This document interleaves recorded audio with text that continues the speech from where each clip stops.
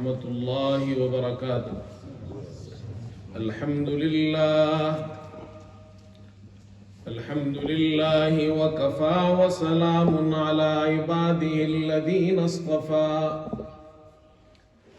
أما بعد فأعوذ بالله من الشيطان الرجيم. بسم الله الرحمن الرحيم. ومكروا ومكر الله والله خير الماكرين. صدق الله مولانا العظيم. بزرگان محترم اور برادران عزیز، سیرت طیبہ کا سلسلہ چل رہا ہے. حضرت صلی اللہ علیہ وسلم کی حیات طیبہ کا مضمون ہم نے شروع کیا ہے. اللہ تعالیٰ نے 40 سال کی عمر میں محمد صلی اللہ علیہ وسلم پر پہلی وحی نازل فرمائی اور اس کے بعد آپ نے دعوت اسلام کا آغاز فرمایا. پہلے 3 سال تک مخفی دعوت کا سلسلہ چلتا رہا. 3 سال کے بعد اللہ کا حکم آیا کہ اب آپ علی الاعلان لوگوں کو اسلام کی دعوت دیں. حضرت صلی اللہ علیہ وسلم نے صفا پہاڑی پر چڑھ کر دعوت اسلام کا اعلان فرمایا اور پھر بازاروں میں جاتے اسلام کی دعوت دیتے. یہ آپ کے سامنے پہلے بیان ہو چکا ہے. حضرت صلی اللہ علیہ وسلم مکہ میں پیدا ہوئے. مکہ جہاں اللہ کا گھر ہے. حضرت ابراہیم علیہ السلام نے اللہ کا گھر تعمیر کیا، لیکن وہاں کے لوگ مشرک ہو چکے تھے، بتوں کی عبادت کرتے تھے. 360 بت بیت اللہ کے اندر اور باہر ہر طرف بت پہلے ہوئے تھے. بتوں پر نذرانے چڑھاتے تھے، بتوں کے نام پر جانور ذبح کرتے تھے، بتوں کو سجدہ کرتے تھے، بتوں کو خدا کے ساتھ شریک ٹھہراتے تھے. اللہ نے ان پر رحم فرمایا، انسانیت پر رحم فرمایا. اپنے پیارے نبی محمد صلی اللہ علیہ وسلم کو مبعوث فرمایا. آپ ایک ایک بازار جاتے، گلیوں میں جاتے اور آواز لگاتے، اے انسانوں، یا ایہا الناس قولوا لا الہ الا اللہ تفلحوا. لا الہ الا اللہ کہو، اللہ کو ایک مانو، اس کے ساتھ کسی کو شریک مت کرو، تم کامیاب ہو جاؤ گے. قریش آپ کے دشمن ہو گئے، آپ کے اپنے آپ کے دشمن ہو گئے. آپ کا چچا ابو لہب، اس کی بیوی ام جمیل، وہ آپ کے دشمن ہو گئے. گزشتہ جمعہ اس کا بیان آپ کے سامنے ہوا تھا. حضرت صلی اللہ علیہ وسلم لا الہ الا اللہ کی دعوت دے رہے ہیں. ان بتوں سے کچھ نہیں ہوتا، ایک ہی اللہ ہمارا خالق ہے، ہمارا مالک ہے، ہمارا رازق ہے. قوم آپ کی دشمن ہو گئی. موسم آیا حج کا. اب اطراف سے لوگ حج کے لیے بیت اللہ آتے تھے، مکہ آتے تھے. قریش کے لوگوں نے مشورہ کیا کہ محمد صلی اللہ علیہ وسلم کا نام ہر جگہ پہنچ گیا ہے، عرب ان سے واقف ہو رہے ہیں، جو لوگ حج کرنے آئیں گے وہ ان کی بات سنیں گے، وہ بھی مسلمان ہو جائیں گے. تو اسلام کی دعوت کو روکنے کے لیے قریش نے مشورہ کیا. سرداران قریش جمع ہوئے، ان کے لیڈرز جمع ہوئے.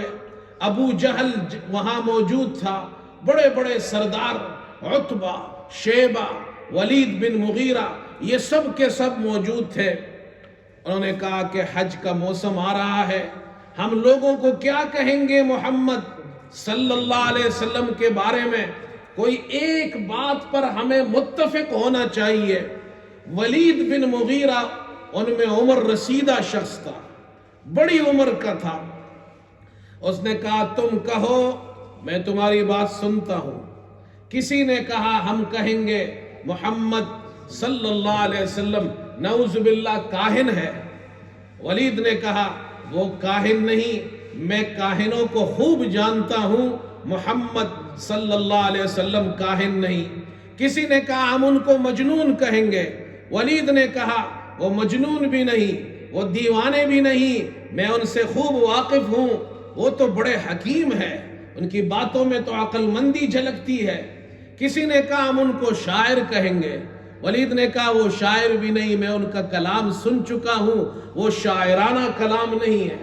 کسی نے کہا ہم ان کو ساحر کہیں گے، ولید نے کہا وہ ساحر بھی نہیں، جادوگر بھی نہیں، جو قرآن وہ پڑھتے ہیں وہ نہ انسانوں کا کلام ہے نہ جنات کا کلام ہے۔ اور پھر ولید کے وہ الفاظ آپ سنیں، ایک مشرک ہے، آپ کا دشمن ہے، لیکن قرآن کے بارے میں اس کے الفاظ تو سنیے۔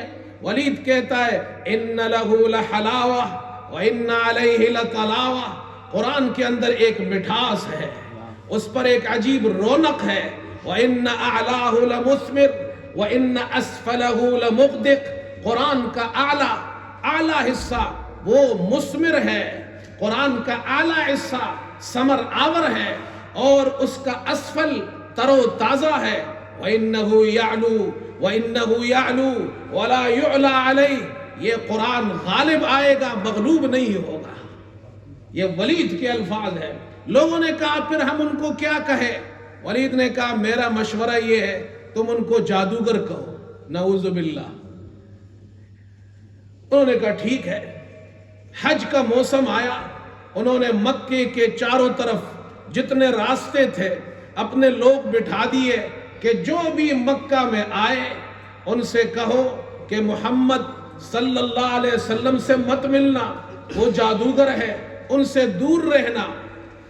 یہ مشورہ انہوں نے کیا، لیکن اللہ رب العزت ایک مشرک قوم نے تدبیر کی اور ایک تدبیر اللہ کی تھی۔ اللہ کی تدبیر غالب آنے والی ہے، اور اللہ کی تدبیر ایسی غالب آئی جتنا لوگوں کو وہ روکتے تھے اتنا ہی لوگ محمد صلی اللہ علیہ وسلم کے قریب آتے تھے، اتنے ہی وہ مسلمان ہونے لگے۔ اللہ نے قرآن میں ولید کے اس مشورے کا ذکر کیا کہ ولید نے کیسا مشورہ دیا۔ کہا انہو فکر وقدر فقتل کیف قدر، اس نے فکر کی، دل میں اندازہ ٹھہرایا۔ انہو فکر وقدر، آگے اللہ فرماتے فقتل کیف قدر ثم قتل کیف قدر، اس پر اللہ کی مار ہو کیا اندازہ کیا، پھر اس پر اللہ کی مار ہو کیا اندازہ کیا اس نے۔ ثم نظر ثم عبس وبصر ثم ادبر واستکبر، اس نے ادھر ادھر دیکھا، تیوری چڑھائی، منہ بنایا، پیچھے ہٹا، تکبر کیا۔ فقال ان ھذا الا سحر یؤثر، کہا کہ یہ کلام جو محمد صلی اللہ علیہ وسلم لے کر آئے ہیں یہ تو جادو ہے جو پیچھے سے چلا آتا ہے، یہ تو بشر کا قول ہے۔ اللہ فرماتے ہیں میں اسے جہنم میں داخل کروں گا۔ ولید کا ذکر اللہ نے قرآن میں کیا، ان کے اس مشورے کا ذکر کیا، اللہ نے ان کی تدبیر ناکام کر دی، محمد صلی اللہ علیہ وسلم کو اللہ نے کامیاب کر دیا۔ یہ تدبیر کرتے رہے اسلام کو روکنے کی۔ محمد صلی اللہ علیہ وسلم اس ماحول میں اسلام کی دعوت دے رہے ہیں۔ ایک داعی جو اسلام کی دعوت دیتا ہے اس کے لیے کتنی تکلیفیں آتی ہیں، کتنے مراحل پیش آتے ہیں، قوم آپ کی دشمن ہو جاتی ہے، لیکن اللہ کا کرنا، اللہ نے اسی قوم کے اندر ایسے لوگ پیدا کیے جو آپ پر ایمان لے آئے۔ حضرت صلی اللہ علیہ وسلم انہی دنوں میں آپ صفا پہاڑی کے قریب سے گزرے، ابو جہل کا آپ کے آمنا سامنا ہوا۔ ابو جہل آپ کا دشمن تھا، وہ اس امت کا فرعون تھا۔ اس نے محمد صلی اللہ علیہ وسلم کے چہرے کو دیکھا تو اس نے آپ کو برا بلا کہا، نازیبا کلمات کہے۔ آپ صلی اللہ علیہ وسلم خاموشی سے سنتے رہے، آپ نے کوئی جواب نہیں دیا۔ عبداللہ بن جدعان کی باندی وہاں کھڑی تھی اور سب کچھ دیکھتی رہی۔ ابو جہل چلا گیا، اتنے میں حضرت حمزہ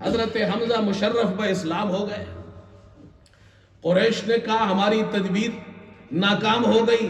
وَمَكَرُوا وَمَكَرَ اللَّهُ وَاللَّهُ خَيْرُ الْمَاكِرِينَ. اللہ ہی بہتر تدبیر کرنے والا ہے. اللہ نے ان کی تدبیریں الٹ دی. وہ تدبیریں کرتے گئے, اللہ ان کی تدبیریں الٹاتا گیا. انہوں نے پھر مشورہ کیا. دوسرا مشورہ اب پھر ہو رہا ہے. حرم شریف میں جمع ہو گئے اور کہا جی ہماری تدبیر ناکام ہوئی. ہم جتنا محمد صلی اللہ علیہ وسلم کی دعوت کو روکتے ہیں اتنا ہی ان کی دعوت پھیل رہی ہے. ہمیں کوئی اور تدبیر کرنی چاہیے. تو عتبہ یہ قریش کا سردار تھا اور یہ بڑا شاعر, ساحر اور کاہن تھا. کاہن بھی تھا, ساحر بھی تھا, شاعر بھی تھا. ان تینوں میں اس زمانے کے اندر وہ یکتا تھا. کہا عتبہ تمہارے اندر یہ بڑی بڑی مہارتیں پائی جاتی ہے, تم جاؤ محمد صلی اللہ علیہ وسلم سے گفتگو کرو, کسی طریقے سے یہ توحید کی دعوت رک جائے. یہ جو لا الہ الا اللہ کی گونج مکے میں سنائی دے رہی ہے یہ کسی طریقے سے رک جائے, کسی طریقے سے ختم ہو جائے. عتبہ آیا, بڑی عمر کا تھا. محمد صلی اللہ علیہ وسلم سے کہا اے میرے بھتیجے, آپ جو یہ دعوت دے رہے ہیں اس سے آپ کا مقصد کیا ہے؟ اگر آپ کا مقصد دولت کمانا ہے تو ہم آپ کو اتنی دولت دیں گے کہ آپ سب سے زیادہ مالدار ہو جائیں گے. اگر آپ کا مقصد شادی کرنا ہے تو آپ جس خاتون سے شادی کرنا چاہے ہم اس خاتون سے, اس بڑے خاندان کی خاتون سے آپ کی شادی کرا دیں گے. اور اگر آپ سرداری چاہتے ہیں تو ہم آپ کو اپنا سردار بنا لیں گے, ہم آپ کو اپنا سردار بنا دیں گے. آپ کیا چاہتے ہیں؟ اگر آپ کو کوئی آسیب ہے تو ہم آپ کا علاج کرتے ہیں. محمد صلی اللہ علیہ وسلم اس کی گفتگو سنتے رہے. جب اس نے گفتگو ختم کی آپ نے فرمایا نہ مجھے تمہارا مال چاہیے. وہ لالچ دے رہے ہیں اسلام کو. داعی کے لیے, یہ دیکھو داعی کے لیے سیرت پر غور کرنے کا مقام ہے. کیسے مرحلے آتے ہیں دعوت کے اندر. اسلام کی دعوت کو روکنے کے لیے لالچ دی جا رہی ہے, یہاں تک کہ سردار بنا دیا جائے گا آپ کو. آپ نے فرمایا میں کچھ نہیں چاہتا, نہ سرداری چاہتا ہوں, نہ مالداری چاہتا ہوں, نہ مجھے دولت کی لالچ ہے. میں اللہ کا نبی ہوں, تمہیں نیک کاموں پر بشارت اور برے کاموں پر اللہ کے عذاب سے ڈرانے کے لیے آیا ہوں. پھر آپ نے قرآن پڑھا. داعی کا کام ہے اللہ کا قرآن پڑھے. محمد صلی اللہ علیہ وسلم دعوت دے رہے ہیں اور ایسی دعوت دے رہے ہیں. حامیم سجدہ آپ نے شروع کی. اعوذ باللہ من الشیطان الرجیم, بسم اللہ الرحمن الرحیم. حامیم تنزیل من الرحمن الرحیم. کتاب فصلت آیاتہ قرآنا عربیا لقوم یؤمنون. قرآن پڑھ رہے ہیں آپ یہاں تک کہ آپ اس آیت پر پہنچے. فَإِنْ أَعْرَضُوا فَقُلْ أَنذَرْتُكُمْ صَاعِقَةً مِثْلَ صَاعِقَةِ عَادٍ وَثَمُودَ. عتبہ قرآن سن رہا ہے, وہ قرآن کو تو سمجھتا تھا, وہ اس کی زبان میں تھا.